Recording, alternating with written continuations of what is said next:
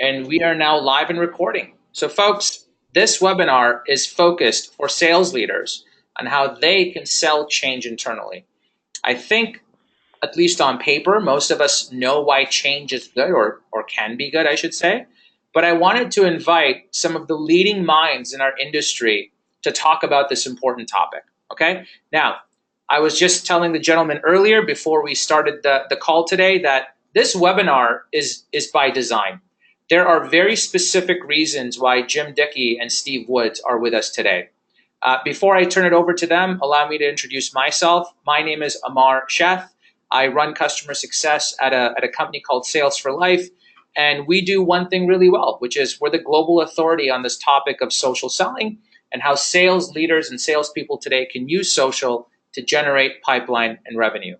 So I'm going to let both panelists introduce themselves. Jim, let's start with you. Thanks, Mar, and thanks everybody for attending today. My name is Jim Dickie. I'm the founder of CSO Insights. And basically, for the last 25 years, we've been doing primary research, trying to understand what are the challenges facing sales teams, why do those problems exist, but more importantly, what do you do about it? How do you leverage people, process, technology, and knowledge to optimize how you sell? Thanks, Jim. Steve, over to you. Excellent. Thanks, Amar, and great to be here. So my name's Steve Woods, and I'm the co-founder and CTO of Nudge.ai. So I've been in the revenue space in general for a long time. I was the co-founder and CTO at Eloqua in the marketing space for quite some years. And then after we transitioned that into Oracle, some of the founding team and I jumped out and started Nudge in the sales space. So really we've been coming at this sort of reinvention of how revenue is generated for best part of 2 decades, and really looking at each part of the revenue funnel and saying, okay, how is there an opportunity to use the best in technology in today's era, obviously social and AI, to change how revenue is generated, which obviously keys in well to the topic of today's discussion, because that then needs sales organizations to change fundamentally. Thanks, Steve and Jim. I appreciate that. And team, for the rest of you that are here, these two gentlemen bring a wealth of knowledge. I'll just kind of give you my viewpoint here as well. So Steve basically can talk about change because when they founded Eloqua, there was almost nothing like marketing automation out there, right? Or most people did not even know about this space. They had a huge, huge climb to really get awareness out there and to convince leaders and organizations that this was a good thing to market using data and intelligence, right? Or at least in a better or newer way. Jim, yeah, I would go ahead. Sorry, I would definitely agree. I mean, marketing was very much a creative discipline, and the idea of bringing measurement and data and analytics was quite a novel one. So it was a fun ride.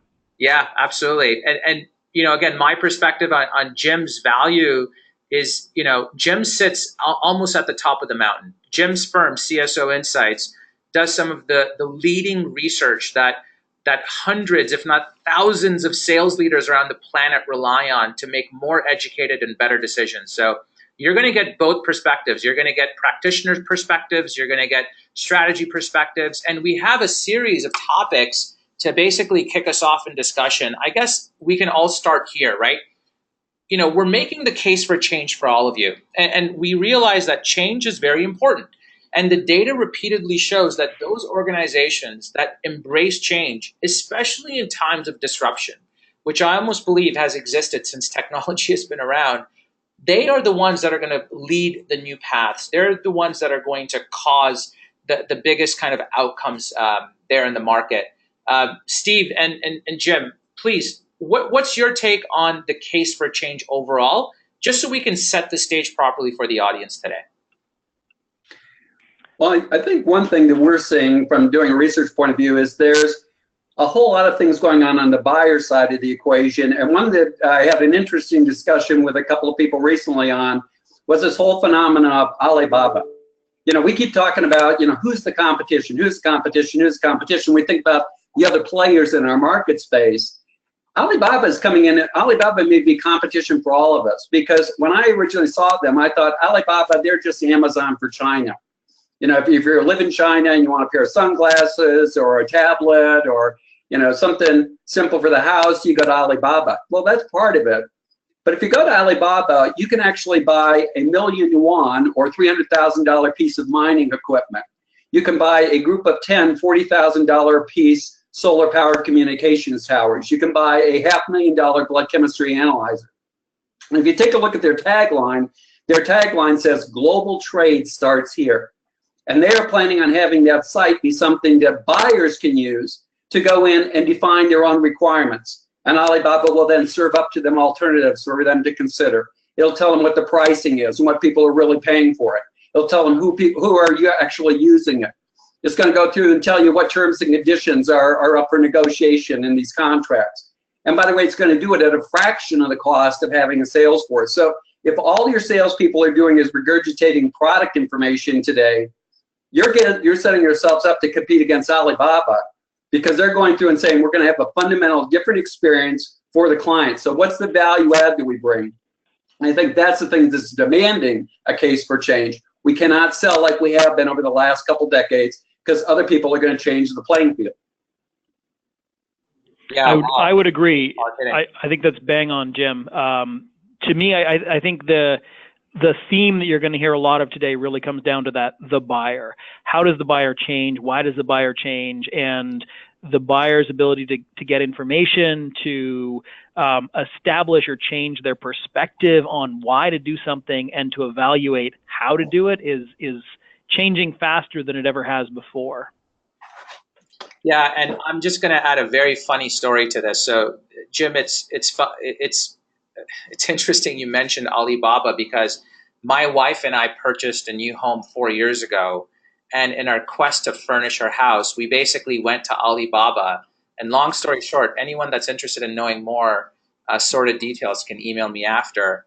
But my wife and I ended up going to China for 10 days and buying everything to furnish our house. But the entire market, the entire quest began on Alibaba. All of our research, everything, talking to suppliers, talking to factories, everything. So I'm a living testament to this, folks. Very, very good points here from both.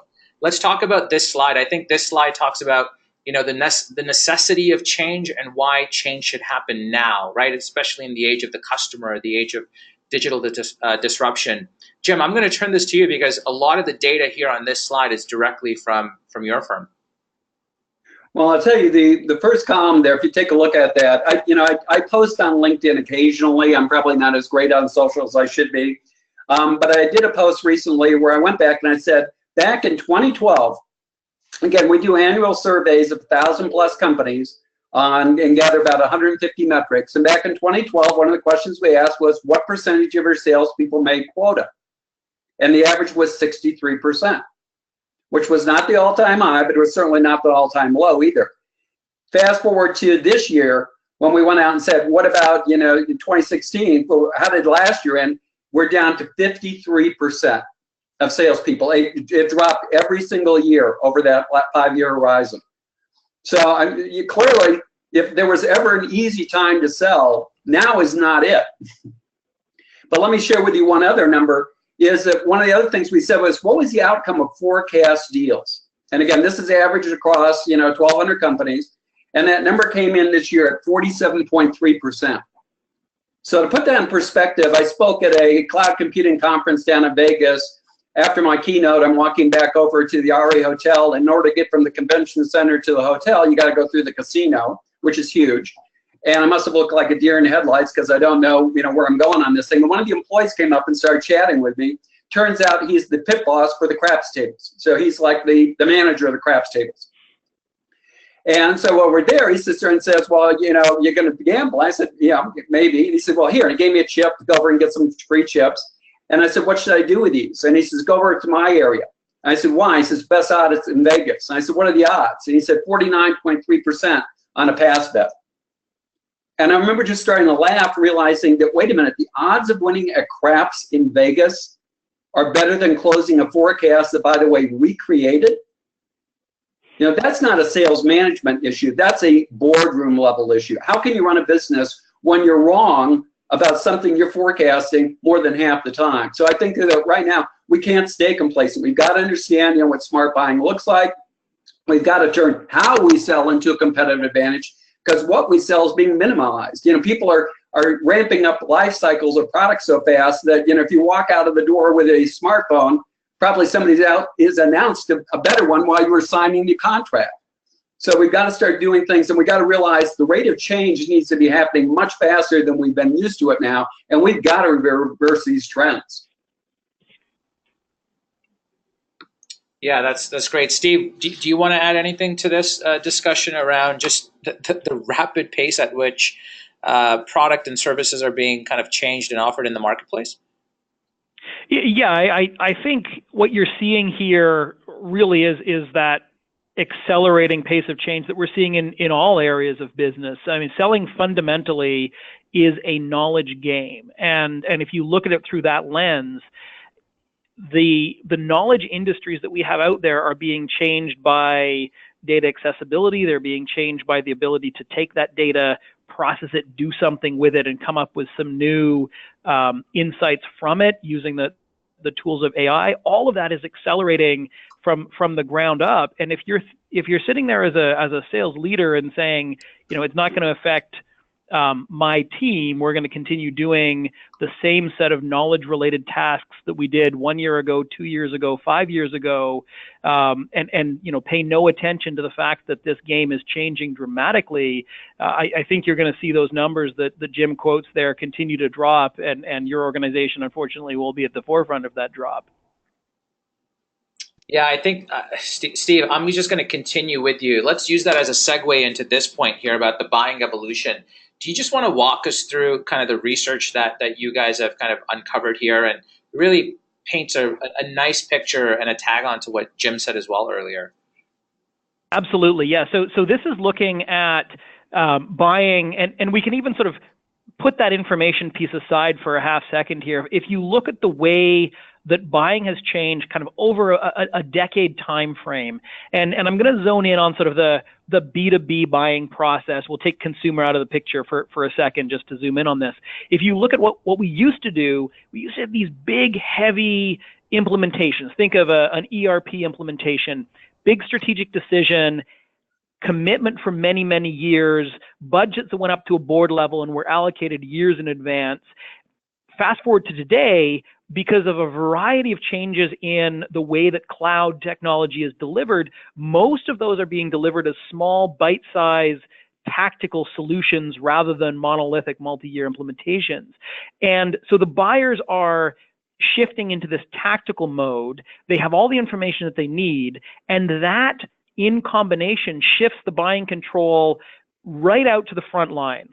The buyer's in control, and it's their frontline people that are in control because they're doing a tactical evaluation of something that solves a short to midterm pain point rather than a multi-year evaluation of something that could affect a decade-long type of time frame. And so because of that, you're looking at a sales environment where the seller has to change. You're in touch for a longer period of time before that buying event percolates to the top of the priority stack. And because you're dealing with the front lines having a lot more control than they used to, you need those broader and deeper relationships in an organization so that you can be there to recognize a buying event as it happens and potentially kind of poke them in the eye a little bit and suggest when perspectives might want to change based on what's happening out there in the market at that point in time. Very different approach to selling than the top-down strategic selling we had in years past. Steve, I want to ask you a question because, CEB, as everyone kind of has probably heard that stat, X% of the buying journey is now done online before the buyer even reaches out to sales. What's your take on that? Because there's been a lot of kind of counter research to that, if I may say, that almost says, well, that still doesn't matter and sales needs to do a lot more outbound and be a little more product focused. What are your thoughts on this? Why the contradiction in data? And what are your perspectives on that? Yeah, it's an interesting one, and I think sort of buying online is kind of similar to how marketing used to talk about digital marketing. It's become a little bit of a weird categorization nowadays. I would reframe that as buying information that doesn't involve the salesperson. If I'm going to go to peers of mine and say, hey, I'm looking for a solution that does this, what's good, does it matter if I'm doing that on a Slack channel, via email, in a web form? It doesn't matter. I'm doing it because of back channel approaches that have come into the forefront and taken the information conduit away from the sales professional. So I think if you look at it through that lens and say, how much of buying information exchange does not involve the salesperson, you're going to see an even stronger shift. I think that therefore puts a lot of challenge on the salesperson because a lot of that information exchange does not have the salesperson's ability to really poke someone in the eye and suggest a shift in perspective. It relies on waiting for that shift in perspective to happen without their involvement. So there's definitely a great opportunity for top salespeople to involve themselves as a trusted advisor for a long period of time, but I don't think it's ever going back to sales how it was before, where you would call in and you would start a deal happening at that moment in time. Yeah, those are fantastic insights. Yeah, really well stated. Steve, I'm going to piggyback a little bit on what you said, and then Jim, I want to move to this incredible graphic here on everyone's screen on the common reasons why sales transformation initiatives kind of go awry, right? So folks, this is where we're going to start to really just dive down a little bit, go a little more into the detail and substance. And just one quick housekeeping reminder, a lot of people are sending in questions. I invite all of you to send in questions. I'm moderating, I'll check them, I'll ask the panelists the question along the way. We'll save some for the end, but don't wait till the end for your questions. If you have them now, please send them in. Jim, I'm going to turn it to you. Like there's 9 common ways according to the Miller-Hyman group around this, but what's your take? Why does some of these things actually fail? Because you've had the beautiful perspective of seeing this practically on ground. So let me turn it to you. Well, I think one of the questions we've asked as part of our research is to kind of gauge, there's billions of dollars being spent on sales enablement, sales transformation, sales optimization, whatever you want to call it. In terms of training, in terms of technology, consulting services, we're spending a fortune.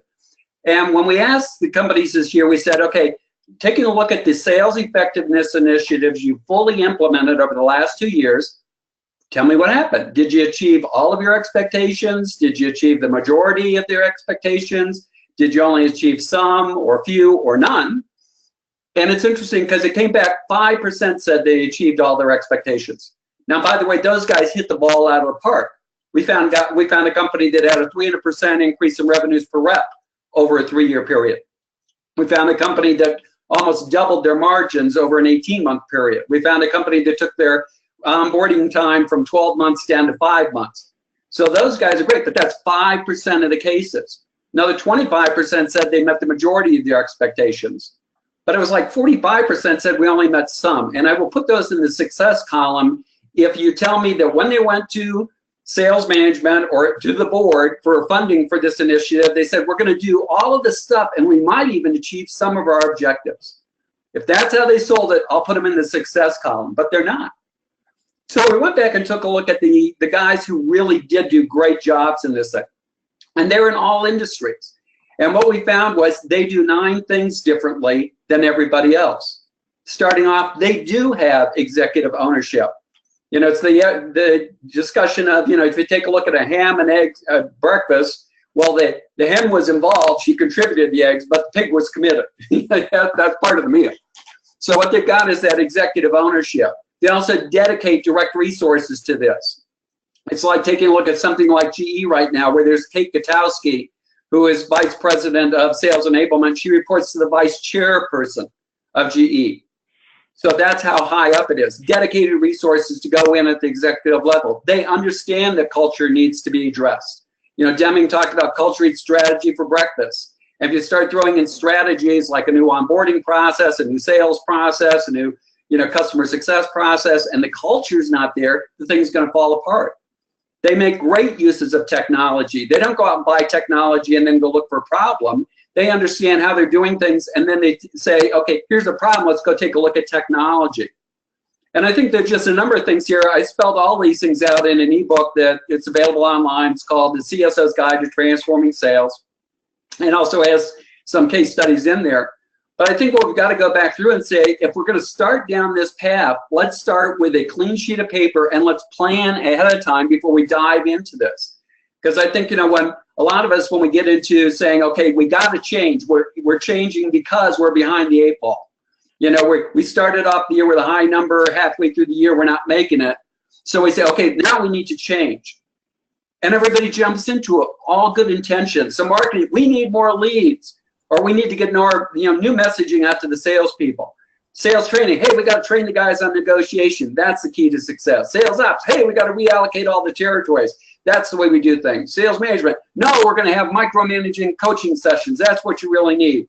Finance, hey, we need to change the compensation plan. That'll get people motivated to do things. And the sales force is being ripped apart. Going like, what do you want me to do? So we've got to have a coordinated effort. And I think if we start doing those types of things and we treat sales transformation as not just a sales initiative, but a corporate initiative, because for sales transformation to work, I need the help of other groups. I need finance to help me. I need IT to help me. I need marketing to help me. So I think there's a lot of things that just say, we can do this. The guys who have had really successful sales transformation initiatives didn't do anything that other companies can't. They just did it in an organized, methodical fashion. And I think that's what's missing from the vast majority of initiatives we see today. They're a knee-jerk reaction versus a well-thought-out strategy. Jim, great insights. And I want to tag on to one of your points and then take a question that I'm seeing here. And then Steve, maybe you can provide your insights on this. So Jim, I completely agree. And I want to give you folks an example. We have a client in the telecom space where literally the entire change order or the need for change came right down from the CEO. And this was a company where 5 years ago, they were still trying to get their act together. But I definitely agree with Jim that, this lack of leadership where someone has ownership of an initiative is definitely a pain point. There's a question here, Steve, that I want to just, get over to you, which is becoming a trusted advisor needs time. We get that, but many sales managers ask sales reps to force the sales process. How do you solve this discrepancy as a sales manager so that, we can do this correctly and not just on an ad hoc basis? That is the question of the time, and I'm glad we hit that one. I think it's hitting the crux of it, right? The becoming a trusted advisor does take time. It means you're listening. It means you're understanding where that buyer's at. It means you're providing services along the way and answering their questions and earning the right to challenge them a little bit on their questions and their perspectives and show them a slightly new way of thinking. It doesn't mean calling them up and saying, hey, you've never heard of me, but I want 30 minutes on your calendar to listen to my sales pitch. That's not a trusted advisor path. And I think sales organizations that understand this really hone in on kind of one piece of the equation there, which is if you look at a lot of sales efforts, they're really oriented around sort of getting that initial meeting, right? How do we get into the meeting? How do we have an opportunity to pitch our wares essentially? And that's fine. You've got to get into that initial conversation. But a lot of those organizations at that point really go down two paths. Either that organization happens through extraneous circumstances to be ready to buy at that moment in time, and they go down the regular sales path, or it kind of goes a little bit dead. Most sales organizations, if you ask that question of what do you do with an organization that is mildly interested but not ready to buy, and it's this awkward sort of we don't really know. It doesn't fit into the cadence-oriented process that we have to get the meeting, and it doesn't fit into the deal cycle, marching it from 10% chance to close through to close. But that's where trust is built. When someone says, yeah, I'll take the meeting. Yeah, we can have a conversation. I'd love to learn a little bit about what you offer so I can have it in the back of my mind for later down the road. That's an opportunity to start building that trust. But yeah, it's going to take time, and that's where you need to put the processes in place. Amar, I came with one last thing. I have several huge pet peeves, but one of my biggest pet peeves is when people have their January sales kickoff meeting, which we've got probably coming up in a couple months right now, and they bring everybody together and they tell the sales force, we want you to go out there and be trusted advisors to your clients. And watch what happens about 5 months later, because all of a sudden, when they miss a quarter, what's the message to the sales force then? And way too often, it's make it happen, guys. What do you mean make it happen? Make it happen. Yeah, but I thought back in January, it was talk about trusted advisor and we should go in there and build relationships. Yeah, I understand that, but make it happen. We're behind. And that is the biggest disservice we do to the sales organization. If you're going to be serious about being a trusted advisor, figure out what the gestation period is for that and back them up. Because when you tell them make it happen, what you're screaming at them is, all the stuff we told you in January? Well, that must not be what makes it happen, because if it was, we'd be doubling down on it. And so I tell people right now, if you're going to move into sales transformation, get serious about it. Because if you're not going to be serious, give me all the money you're going to spend on that initiative. I will donate it to charity and keep doing what you're doing until you get serious, because otherwise it's going to fail. Jim, I'm guessing, like me, there are many people smirking out there right now, nodding their heads, agreeing with you. Incredible insights, gentlemen. Let's move on. I want to start not the first topic, but just the next topic in the sequence here, which is around the evolving roles of sales leadership. We've talked about buyers changing. We've talked about how sales professionals need to change to keep up with this modern buyer. But how does a sales leader change from this 1.0 thinking or whatever version thinking they're on to the next version? Steve, I'll start with you this time. What's your take on how to enable a sales leader to transform effectively? Yeah, it's the key question. I think if you look at that, sales leaders have a tendency sometimes to get a little bit myopic, because they look at their business card and says, okay, I'm a sales leader, so I've got to lead sales. And that's like being the manager of a taxi company maybe 5 years ago and saying, how do I become a better manager of a taxi company, versus looking at what's going on in the world and saying, how do people want to get from A to B, and how can I make that happen better with the resources that I have at my disposal?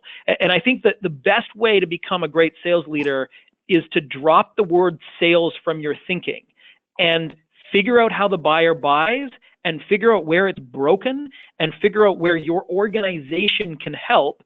And if that involves efforts that involve humanity getting on the phone and calling, or humanity picking up their pen and writing an email, great. And if it doesn't, then you've got to tackle those things and really figure out how those buyers buy and how your organization can contribute to it. But you've got to start with the right question, which is, how is a buyer going to discover, evaluate, and decide on the technology that I'm offering to the world, rather than how can I optimize the sales processes that I put in place a couple of years ago? Hey, Jim, I'm going to borrow your phraseology here, Jim, because that awfully sounds a lot like a boardroom decision and not a sales leader question. Would you agree, or what are your thoughts on this? Well, I think absolutely. And I think going back to Steve, you mentioned Steve's experience back at Eloqua. I remember meeting, with Mark Organ and Steve years ago. And what you were then dealing with was a whole bunch of CMOs who were focused on brand. Brand was everything. What sports stars should we be sponsoring? What sporting events what TV shows should we be sponsoring? And what happened was people came in and said, hey, you know what? Why don't we bring a little bit of science to this thing called marketing? Why don't we bring in processes like lead scoring? And by the way, let's have marketing qualified leads and sales qualified leads. Let's bring in lead nurturing and who owns that. Let's bring in the whole idea of a business development rep, that person in between marketing and sales who sits there and takes a lead and turns it into an opportunity. And we brought in some science, and we brought in metrics. And now if you take a look at CMOs today, they're digital CMOs. They're not brand, they're digital. And they're bringing in that mindset. Same thing's got to hold true for sales today. If you've been a product VP of sales or CSO for the last 15 years, you're going to have to be a digital CSO. We're talking to everybody. There's sales 2.0 conferences, 3.0 conferences, probably there's a 5.0 out there I don't know about. But we're always talking about, here's what the sales force needs to be different. And what we mean is salespeople. Here's what you need to do differently. Well, if I've got a sales 3.0 sales force reporting to sales management 1.0, I have a recipe for failure.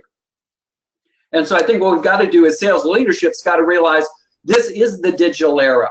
I've got to be putting in, technologies. I've taken a look at a lot of the new AI technologies from companies like Steve at Nudge to what the Chorus is doing, People AI is doing, Collective AI is doing. There are some really cool technologies out there that are fundamentally going to change sales management, because it's going to give me insights into what's going on, not just at seller level, but at the buyer level.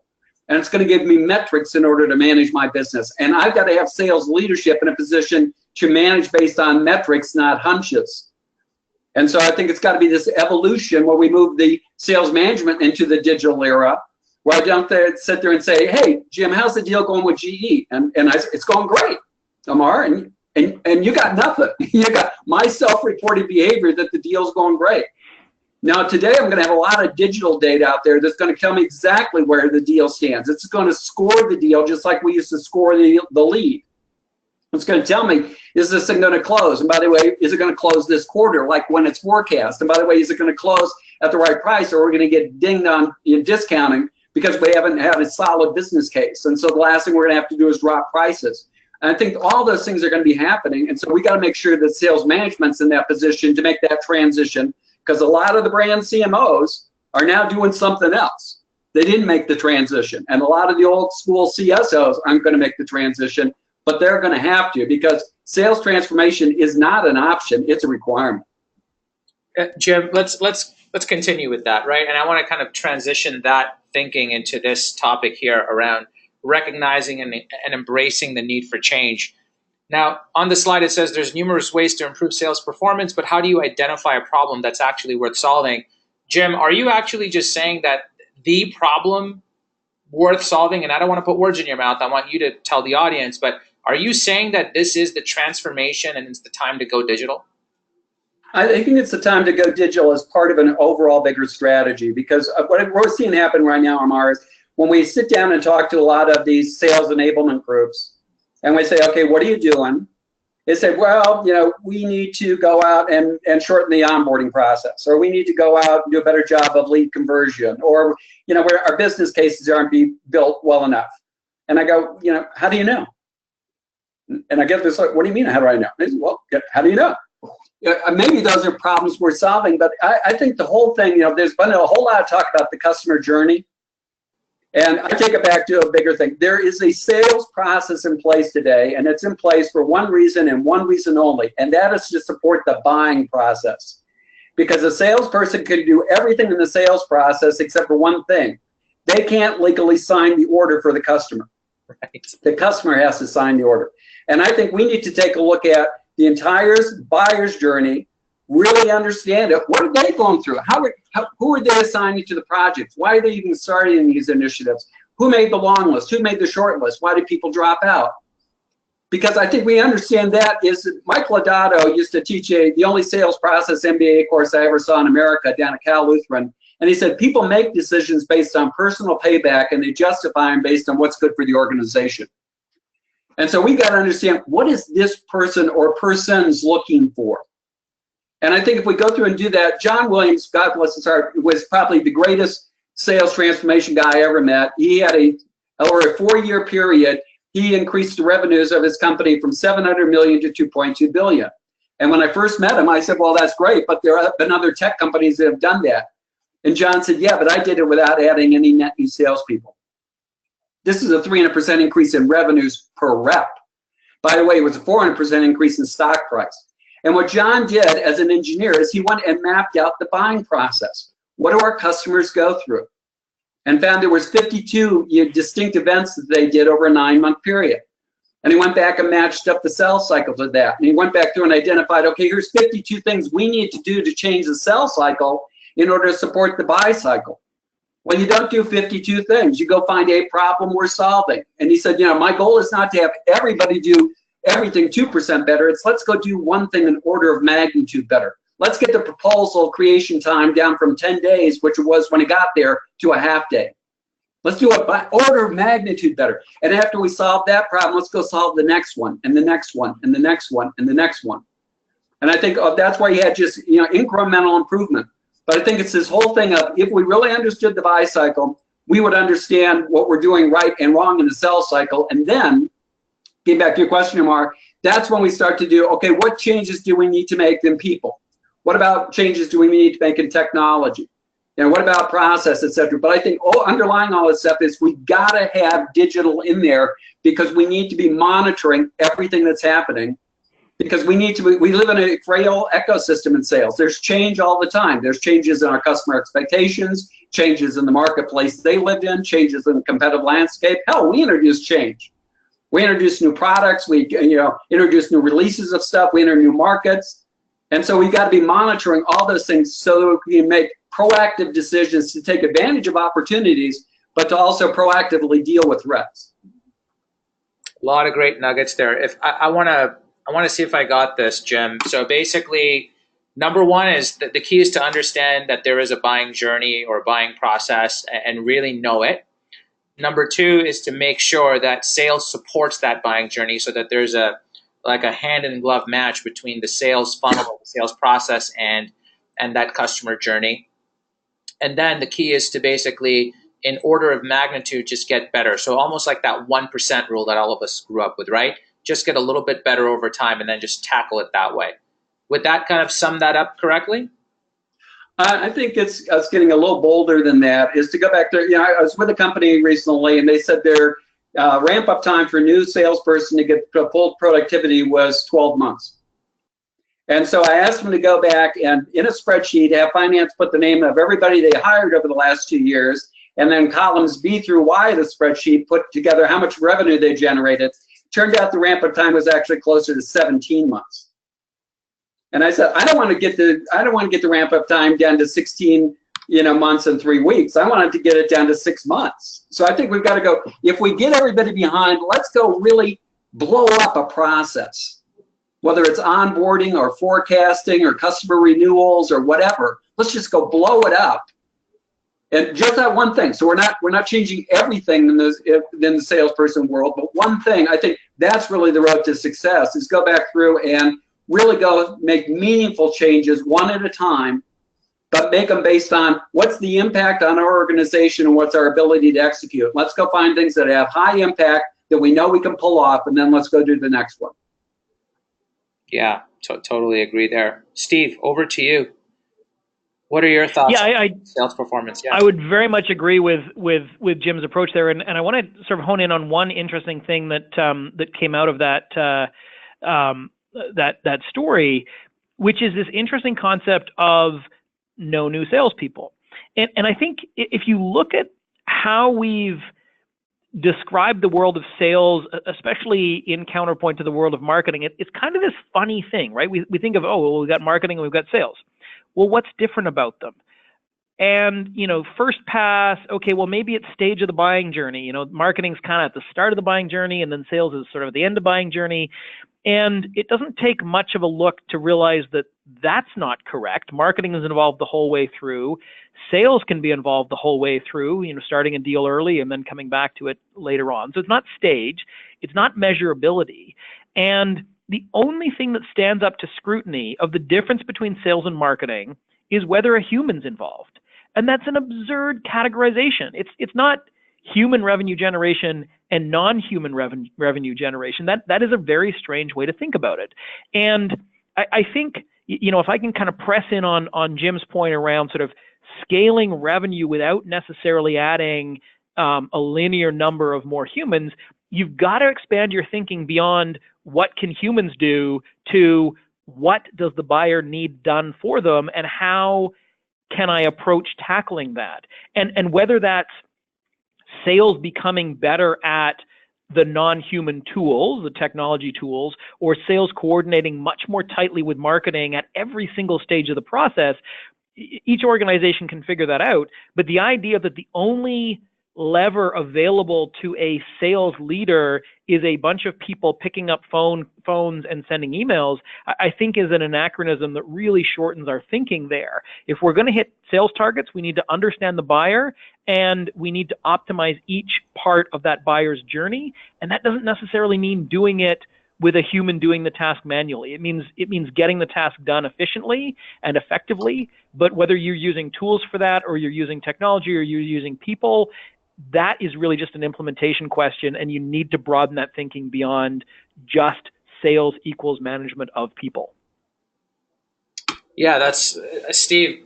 I want you to kind of continue that train of thought because I want to transition very nicely to this next topic. So essentially, the common belief system in the world of sales is that you've got sales managers that have quota and teams, and you've got managers that just manage teams, right?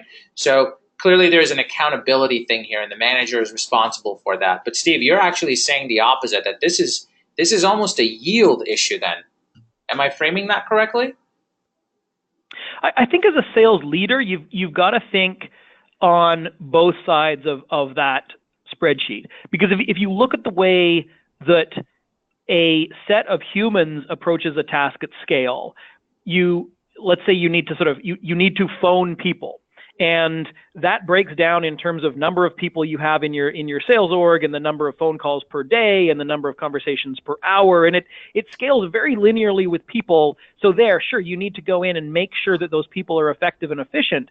But if you solve something with technology, if you say, okay, we can figure out using this set of tools how to deliver this message to this person at this moment in time, or how to respond to this request in this way.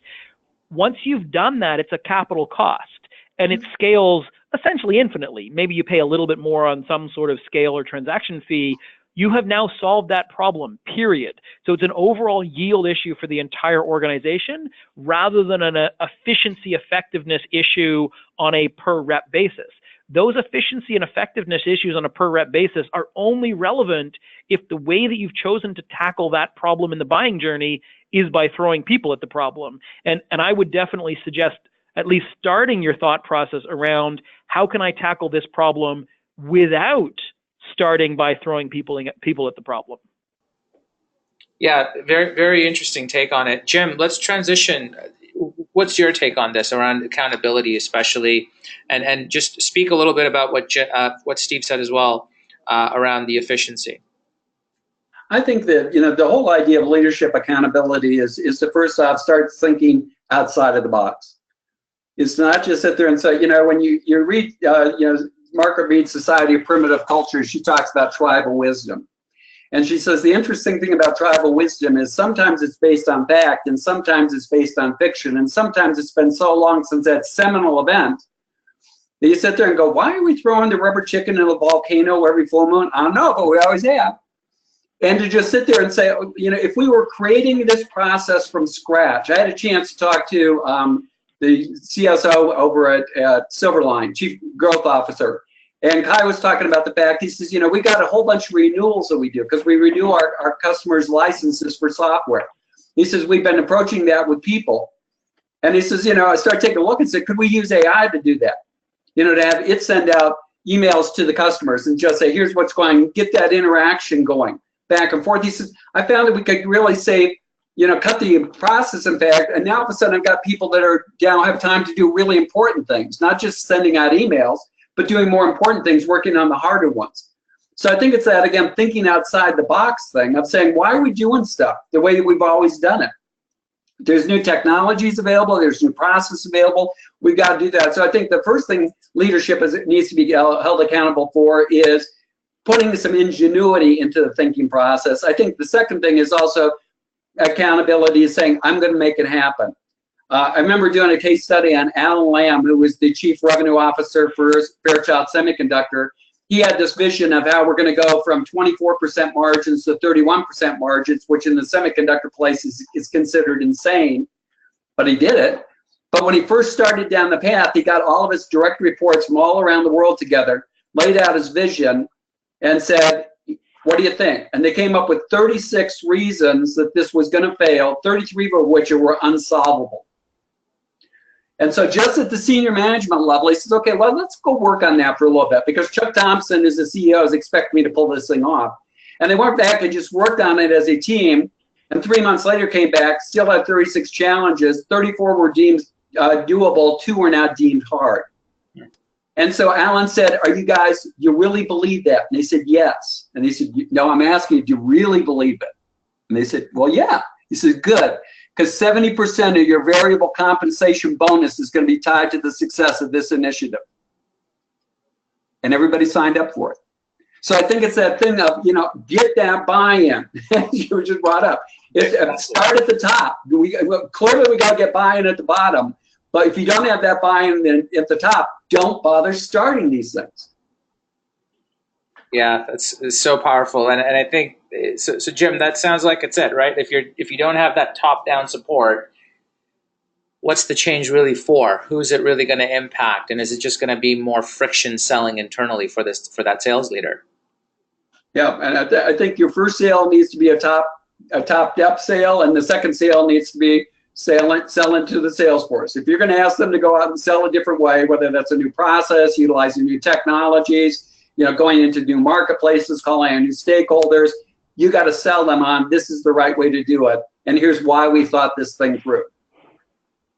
Yeah, great point. Steve, do you concur? Is this the right approach? Should sales leaders really just go right up to the top? Because a lot of sales leaders, especially in mid-sized organizations, let's say, this is hard, right? Culturally, it's hard. Behaviorally, this is hard. We're asking them to basically go up to senior management and executive management and say, look, I'm asking you to consider the following. I've observed the following trends in the market. I think it's changing, and I'm going to recommend the following changes to our business model, per se, right? Steve, how does someone do this, and how do they sell that vision and that change internally? It's interesting. So a lot of the interviews that we've done for the How I Buy series, the ones that the buyer in this case was a head of sales, head of marketing, CRO, anything like that. One of the most interesting things that came out of those is all of them, to a person, reported that they had a fascinatingly deep relationship with their head of finance. Hadn't ever had that in their career before, but in today's world, that is how it had evolved. And essentially what was going on there was they developed this deep relationship with finance because what they were now able to do was understand all of the levers in their overall process and then begin to experiment with them and say, okay, we'll get a team of 5 people to try things this way, to try this new industry, to try this new approach, and we'll see how it goes. And then we're going to take that and work with the folks in finance that we're building this great relationship with and say, okay, if we plug this into the model, you're the expert on the model, I'm just a salesperson here. If we plug this into the model, how does it actually look? Does it have a meaningful impact? And sometimes you have those eye-opening moments where, oh yeah, if we are able to tweak this lever by 10%, the end effect on revenue is dramatic. Great, let's go and fund that. Let's go double down on that. And so this combination of tactical experimentation within the team combined with a deeper approach to relationship building with the finance org means that you're starting down this path of organizational buy-in at both ends already. Your sales team is much more bought in because they've seen the 5 people do it. Anecdotally, when they're having lunch, they can talk about what's working and what's not. And the buy-in from the organization is now driven by that common language of financial modeling, all the way from the CEO down through the budgeting process. Great, we tried this, it worked, here's the cost, here's the benefit, here's what we're expecting at scale, we've got a green light, let's go do it. So yeah, I think you need that buy-in critically, but I think that change in tactical experimentation and better relationships around financial modeling are key drivers of it. Yeah, that's actually a great transition, Steve, to our last point today. And Jim, I want to take it to you. So if sales leaders are going to get awareness, talk to me, Jim, about, Steve mentioned finance and having better financial visibility, better financial competence, right? What are some other areas that sales leaders listening to this right now can focus on to gain that visibility, to have better awareness of the business overall? I think the thing that's out there, Amar, is that we're just not seeing enough people really have, insights into what's really occurring between the customer and the buyer, or the salesperson and the buyer. Is that, when we got, I mentioned the fact that the win rate of forecast deals came in at 47.3%. No decision rates is 21%. So think about that. These are deals that you didn't lose to the competition, but you spent a whole lot of time and effort, wasted energy by your manager, probably a lot of people from other departments, and nothing happened, but you put it on the forecast. And I think what that really shows is we're not having insights into what the salesperson's doing, what the buyer's doing, and we can get those today. You know, we can start to get those digital fingerprints on what's going on. But it's going to require that we change how we do things. Your question on here, when's the best time to change? All the time. You know, I mentioned we live in a frail ecosystem. You know, think about you're a healthcare company today. You got to be planning for 2018, figuring out what happens if the Affordable Care Act stays in place. What if it gets repealed but nothing else gets put in place? What if it gets repealed and something else does get? But it's going to totally change how you sell. Think of yourself as being Barclays, you know, the financial institution over in the UK. Everything's great. Everybody wants to do business with you as part of the EU, and then England votes itself out of the EU. So all these guys who have banking relationships now need to move them from England back over to the continent. Massive changes on the sales organization, the commercial bankers. So we live in a frail ecosystem. We've got to constantly be monitoring it. But I think it's those things. We've got to have metrics. We've got to have data. We've got to be constantly doing things. You know, we don't think twice about turning to the VP of manufacturing and going, debug the product. I want it to be 99.9999%, you know, quality. How many times do we turn to the VP of sales and go, hey, debug the process? You know, we're not going to get to 99. Could we get to 75%? And yeah, we can. But if you took the VP of manufacturing and put him in front of sales, he or she would shut down the sales organization in a week because they could not deal with the inaccuracies of what's going on. And so I think this whole idea is we've got to go through and move into this new age. We've got to make that transition now. And if we had the right data, we constantly were refreshing it, we would make proactive changes in the sales organization versus reactive. And that's the game changer right there. Steve, this is kind of like in your wheelhouse, right? Because Jim's making the case for proactive change, but technology is such a huge enabler of that. What are your thoughts on using tech to achieve this? It is, and I think sort of the undercurrent of that is the measurement is the key part, right? If you have a sales organization that is essentially based on self-reported measurement, you're never going to get anything that remotely resembles accuracy. So I think one of the key things, and we saw this in the transition in marketing, we're seeing this in the transition in sales, is first and foremost being able to accurately measure things and figuring out what is actually meaningful there. And one of the things that we've seen that's very simple that way, if you're honing in on that part of the sales process of they're moderately interested but not ready to buy yet, and if you think about Jim's point there of forecasted deals, well, why was it forecasted? Did the buyer tell you to? Probably not. It was probably the salesperson being kind of happy ears. So those people in the sales process that may buy eventually but are not ready to buy yet, if you look at what you need to do, you need to build that trust and build those relationships. And you can measure the relationships. You can see that. You can see when you're losing touch. You can see whether you've gone broad enough and deep enough and high enough in the organization.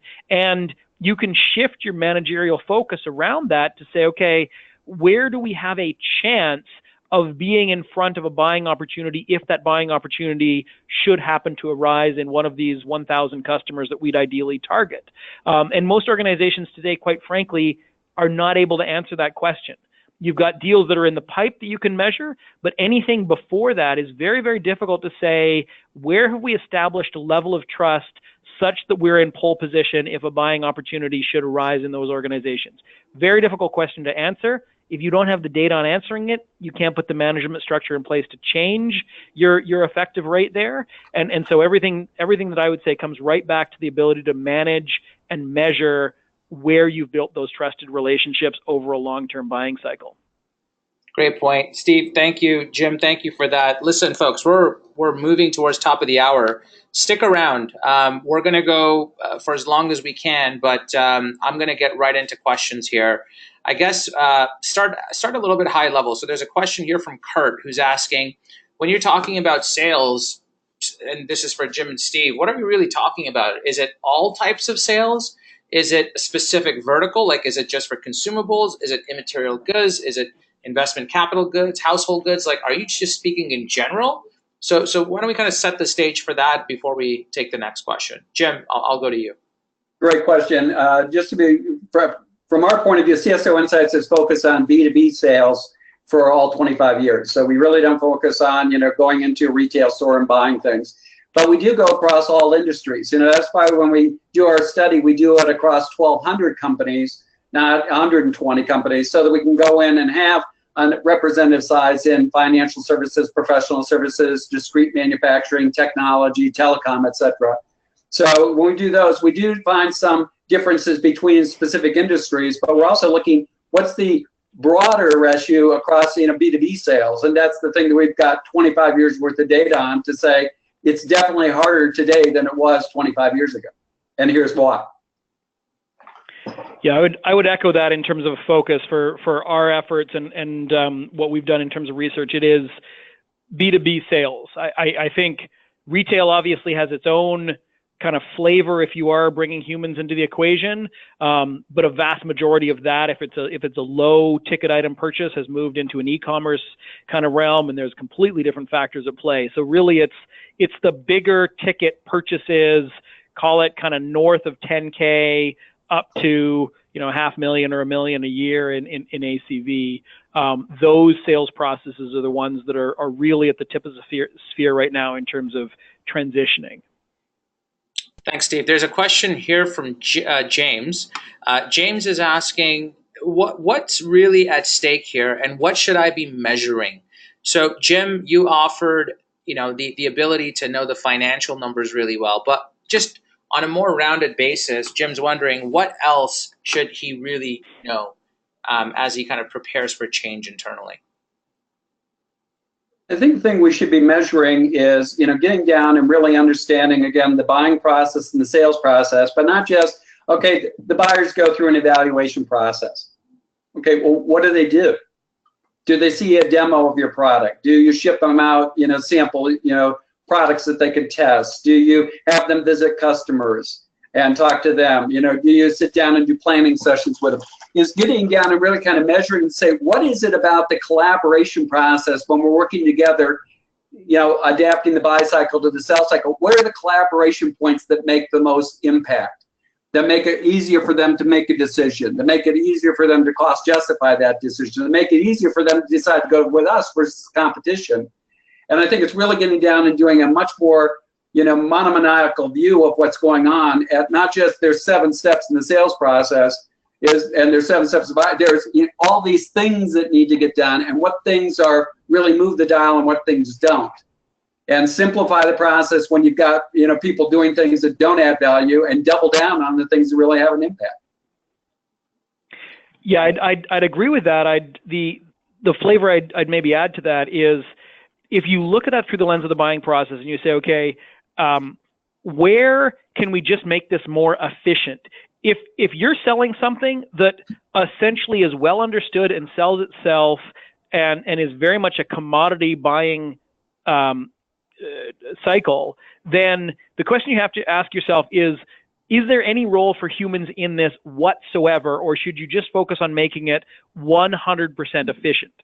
And generally what you find is the points in time where there's a need for a human to be involved is where you need to have enough trust to poke the person in the eye and say, you are thinking about your business incorrectly. You need to think about it in this other way, and I'm here to help you with that transition in perspective and thought. And if you can identify those moments, then you can kind of work back from that and say, okay, well, how and over what period of time and with whom do we need to put the trust in place so that we have an opportunity to be trusted to poke them in the eye and change that perspective? So you really have that balance between, are we building efficiency or are we building relationships and therefore trust? And which of those does our sales process rely on in getting those buyers to the finish line? Yeah, that's really powerful, Steve. Folks, I have time for one more question. And by the way, I'm not ignoring any questions. I'm just kind of consolidating a bunch and reading them out because a lot of the questions coming in are similar. I want to take a question here, which is very similar to many others, from Marvin. I think Marvin states it best. So, Jim, I'll kind of send this to you first, your way. The question is, outside of selling change, what are 1 or 2 things that sales leaders should be teaching or reinforcing in 2018? I ask this because AI and automation is changing the entire sales environment.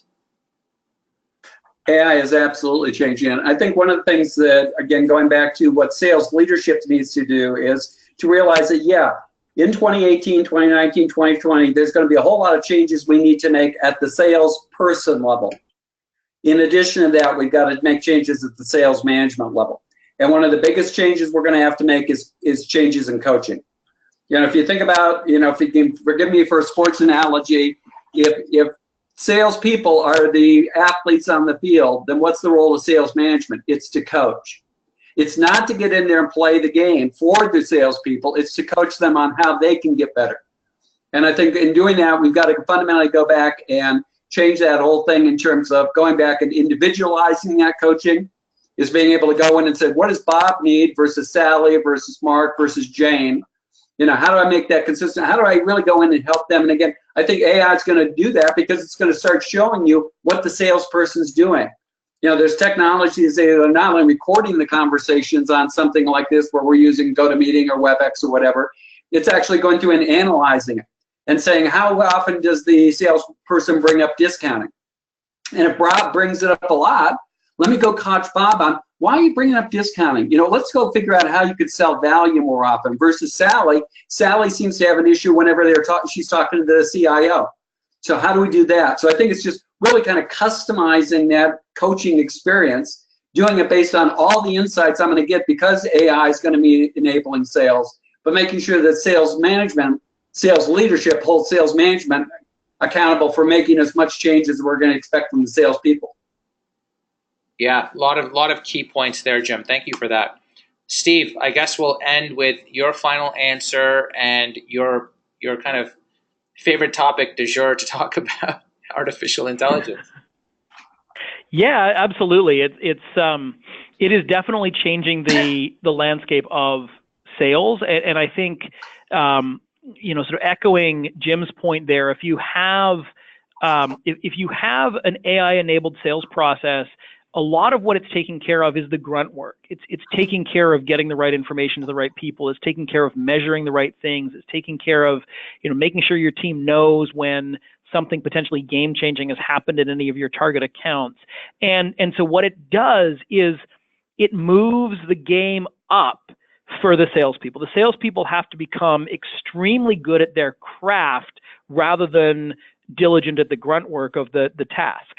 And what that means, sort of echoing Jim's point there, is enabling those buyers to buy, and that can mean fascinating things. If you look at this sort of the shift of power to the front lines, where your frontline folks in an organization are now empowered to investigate and evaluate and look into purchasing products such as the ones that you're selling, if AI is taking care of all the grunt work and you've managed to get yourself into that conversation because they've noticed you've built trust with them, if you fast forward that tape a little bit, what becomes interesting is now you've got a junior person on the front lines trying to take your case internally and make the pitch for it. But they're not salespeople. They don't build financial models. They don't know how to have that talk internally. So your salespeople, your frontline salespeople, actually establish the role of coach for this frontline individual at the buying organization and say, let me help you. Let me help you with the conversation with finance. Here's what finance is going to ask you about why you want to purchase my product. Here's what your VP is going to ask you about why you want to purchase my product. Let's work together on your internal pitch. And this satisfies two things. It gets your product further down the buying cycle, and it also enables that emotional what's in it for me for that individual. They're on the front lines, and suddenly they are pitching the CFO and they're pitching their VP on this transformative initiative that they are spearheading the purchase of.